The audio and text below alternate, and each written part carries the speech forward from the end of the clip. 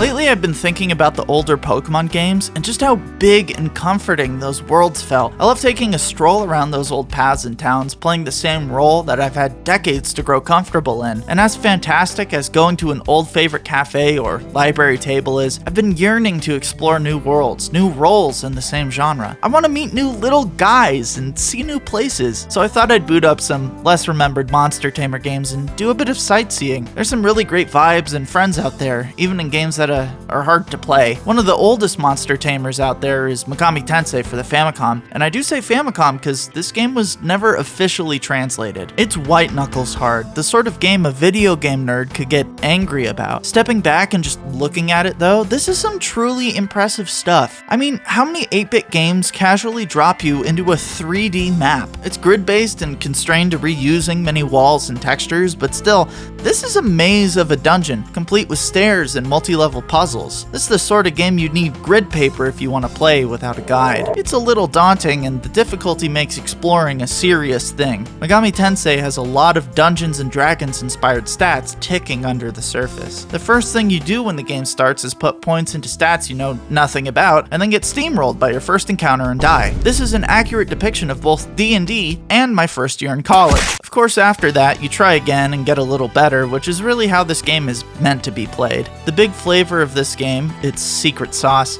is being able to recruit monsters to your party. You can threaten or bribe them, and if you manage to sway them, they'll fight alongside you, as long as you have enough mecha, the currency of the underworld. Because Megami Tensei is based on a trilogy of sci-fi novels where computers led to demons overrunning the earth and enacting big violence against many people, leading to an apocalypse and the death of major civilization, you will pay a lot of money for healthcare. This game's systems center mainly around currency management, and one of those currencies is your health, like my first year in college. Even in the very first area that has combat, you're always one unlucky encounter away from death. Balancing which enemies you can fight, how close you are to death, money, and demon summoning dust requires of the player a skill set equal to Scrooge McDuck. It's a very slow, grindy game, and although I did play for an hour and a half, I never saw anything outside the starting town and the first 2 floors. I would love to take a tour of the many games that came from Megami Tensei someday though. I hear good things about SMT, and I recently put 90 hours into Persona 5 Royal, so they already have me mostly on board. For now though, I'll leave the world of Mega 10 behind and go from a world embroiled in digital apocalypse to one that fully celebrates digital monsters.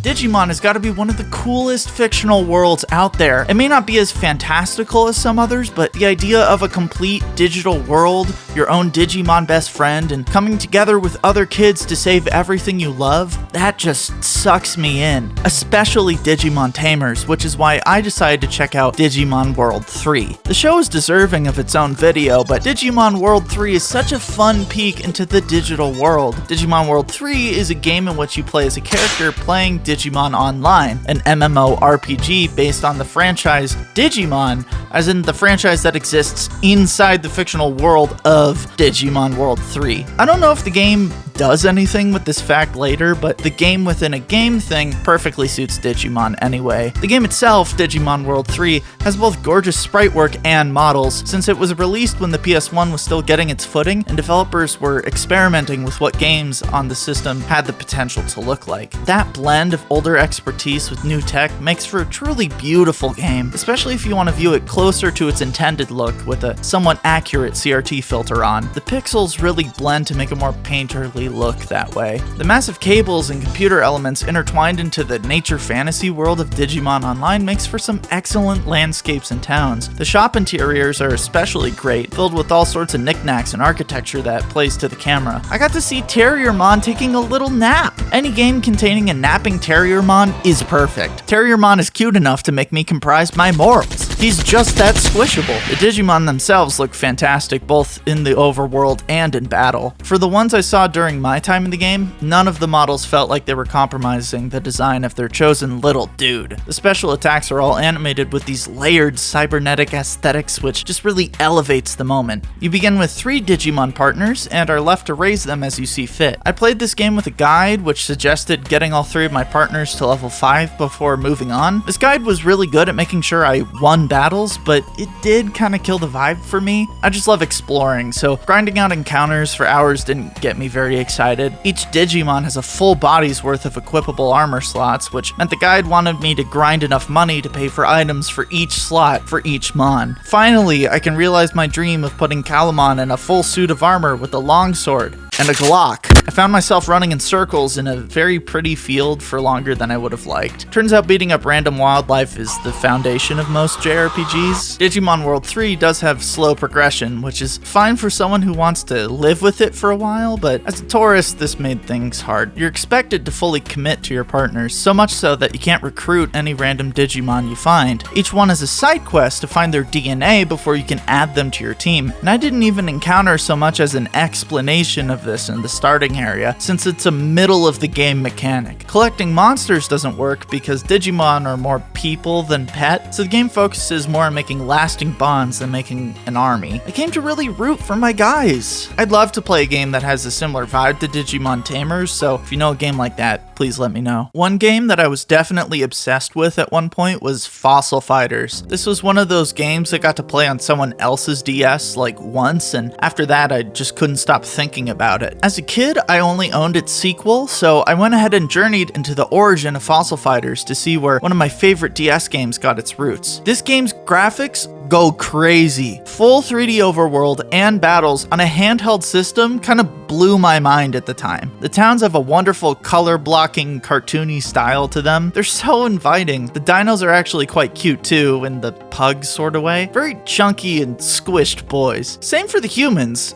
hitting that perfect balance between cute and cool. Their stylized proportions give that same sort of energy as like Sonic Adventure 2 or Knights, which is to say they were grown out of a lab specifically to overwhelm me with joy chemicals until I die, foaming at the mouth. This game is one Kirby-level character away from sending me to the grave. The battles themselves in this game are pretty interesting too. Most of the ones I've played so far have been pretty standard RPG battles, but Fossil Fighters throws in a few extra quirks. It's got a type effectiveness system, of course, but on top of that are a stance system and action points. Each turn you have to think ahead to not only do the most damage you can this turn, but set up your team to defend. Plus, movement costs the same currency as attacks, so I stopped to think about what to do next every once in a while. Some of it did just come down to, but my brain also does with some things IRL, so isn't the worst thing, especially when battles go pretty quick. There's no switching out, it's always a max going to be a 3v3, which makes battles intense but brief. Outside of battle, the game has you go through cycles of digging, cleaning, and story progression to keep the battle stuff from getting too stale. I got into a nice flow of powering up, beating up bad guys, then ranking up and progressing to a new area. A nice thing is, as you progress, attacks gain status effects or other properties, so the game scales the complexity of its encounters as you get better, and doesn't just give you a stronger attack to attack stronger guys with. Playing through this again and seeing just how enjoyable it is, I started to wonder why we haven't seen this series since the 3DS. Turns out the game was co-developed by a team at Nintendo that used to help a ton with Pokemon games, including their first game being Pokemon Coliseum. If you're wondering how they're doing, the team's last game was Devil's Third, so they don't exist anymore. I get why Fossil Fighters hasn't seen anything new since. The cleaning mechanics were pretty dependent on the DS, and with the team that made them dispersed, combined with the fact that trying to make Fossil Fighters any bigger would directly compete with Pokemon, it makes a lot of sense why the series is dead. Fossil Fighters probably wouldn't have had the staying power of other franchises anyway. There's only so many T-Rexes you can make before they just start looking like weird dogs. It's like staring at a word so long that you unlearn it.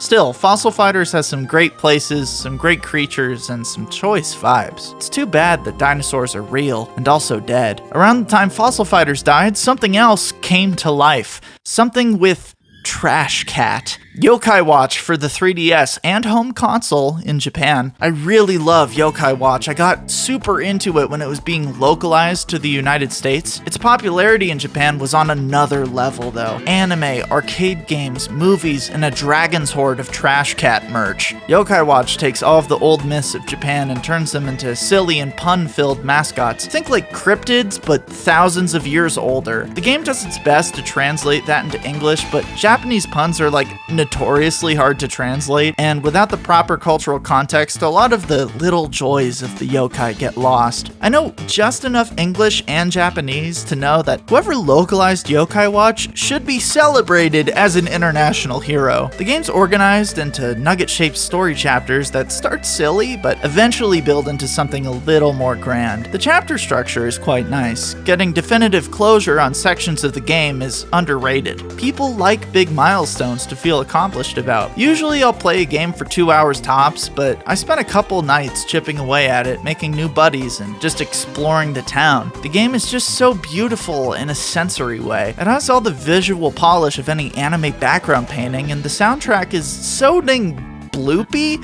It's got a little bit of funk in there just to juice it up a little. Battling is satisfying too. Interestingly enough, most battles are decided before they even start. A lot of planning ahead with synergies and skills needs to happen if you're going to clear some of the challenges that get thrown your way. Each yokai has a tribe, element, and role, like tank, healer, that sort of thing. You get 6 guys, but 3 go out at once, and they're all in a ring, so the connections between them are just as important as their individual strengths. It's a really unique system that leads to a lot of small but interesting decisions when you're rearranging your yokai just to squeeze out a little more potential, juice that Jibanyan. Your role isn't a commander in the sense of selecting attacks, but rather of a tactician, choosing more general strategies, as well as when to fall back or pop off a ultimate, one of those attacks that you need to charge a meter to use. Balancing targeting enemies, switching formations, curing status effects, using ultimates and items when needed, it gets to be pretty busy as the game goes on. Yokai Watch did a lot outside its battles too. It has plenty of story beats, mini-games, side quests, and cool towns to play with. Really, my only complaint is how convoluted and infuriating it can be to befriend specific yokai. You only get one chance to befriend a yokai per encounter, and the encounters themselves are also random, so it can take like an hour to befriend a decent yokai, even when they're fairly common. Things like favorite foods and particular abilities can up your chances, but that info is hidden or inaccessible for a lot of the game, so it just ends up being a massive time sink that gets really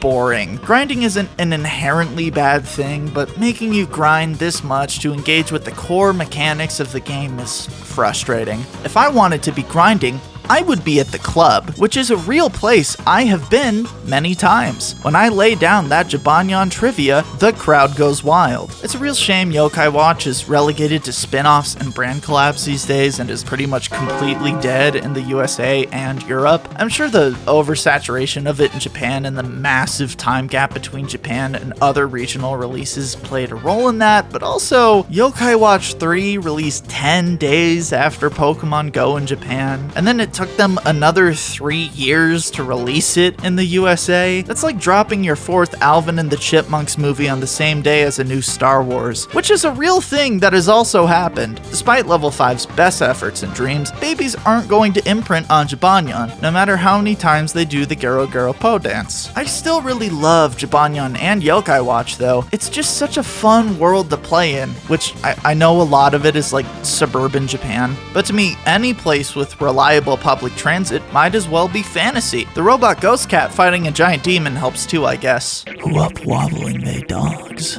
I up wobbling they dog. The dog wobble, they wobble dogs. This game made me understand the appeal of The Sims by allowing me to make the most messed up creatures possible. It starts but with a single standard wobble dog. Pet him, feed him, smack him against the wall. The physics are like over half the fun in this game. I cannot express just how joyous a wobbling dog in this game truly is. At first, I was just enjoying playing with Randy, my beloved companion, and Ragdoll, but slowly, more systems began revealing themselves. Bacteria living deep within the wobble dog's gut, mutations occurring within the wobble dog's chrysalis, generations of inbreeding leading to forms previously only known to the pug and the European monarchy, dogs eating their own freakishly pink excrement.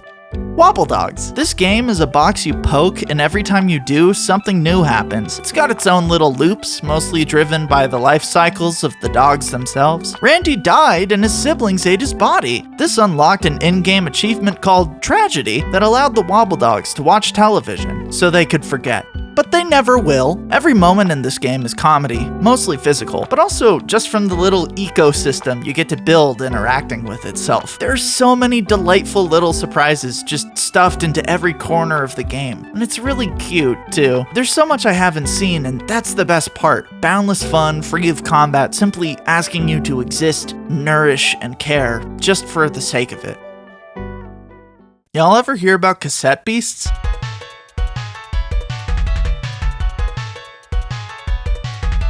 I'm usually not interested in games that are this close to Pokemon mechanically. I haven't even played any Pokemon ROM hacks yet, but y'all kept on recommending this game, so I felt it probably had to have something special, and it definitely does. Every single mechanic in this game feels so well considered. It's not simple, but it's definitely fun in a complex way. Type matchups in this game aren't just more or less damage, but rather sort of alchemical. Like fire melts plastic, which makes a toxic gas, or if you hit an earth type with lightning, it turns into a glass type. This is an absurd amount of information to learn, even with most of it being somewhat intuitive, but that's also sort of the point. By making it so different by being complicated, it lets you rediscover the feeling of learning how all these systems work, which is honestly pretty fun. The cassette gimmick works so well too. It's such a great substitution for catching. It opens the design space to recording and duping rather than catching and removing, and even allows for stuff like bootlegs and stickers, which are their own little croissants of layered goodness. By making it so that you turn into the beasts rather than commanding them, it also sidesteps the whole dogfighting vibe the genre's been cursed with since it nerfed the sapience of its demons and made them like weirdly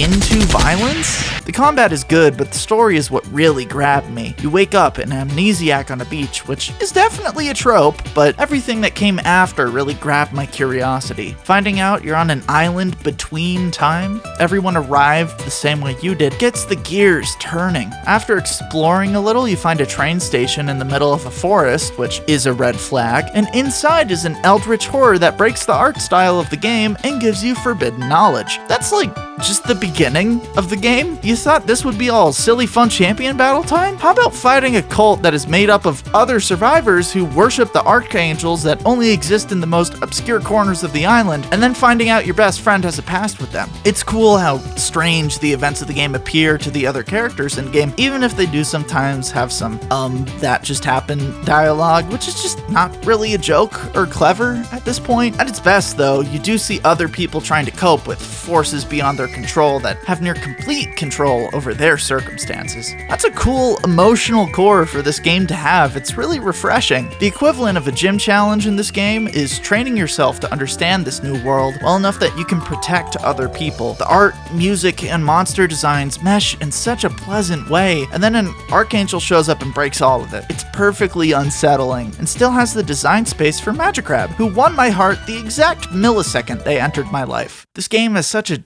taste for vibes. The pier is perfectly peaceful at night, finding secluded serenity by the endless ocean's waves. These hills aren't filled with monsters, just strange wildlife. Passing the night in a bar, talking of the world you once knew. Being in the train station fills you with dread. It's a place that shouldn't exist. The soundtrack loves changing instruments as you enter and exit buildings too. It's dynamic in a way that adds to the atmosphere. It's in these little niches and tones that Cassette Beasts really builds its world and puts together something special and resonant for the people it was made for. It's that specificity that lets it speak so directly and powerfully. It's just a lovely place to be. Alright, if you want to check out some other games, here's a video, and see you again soon.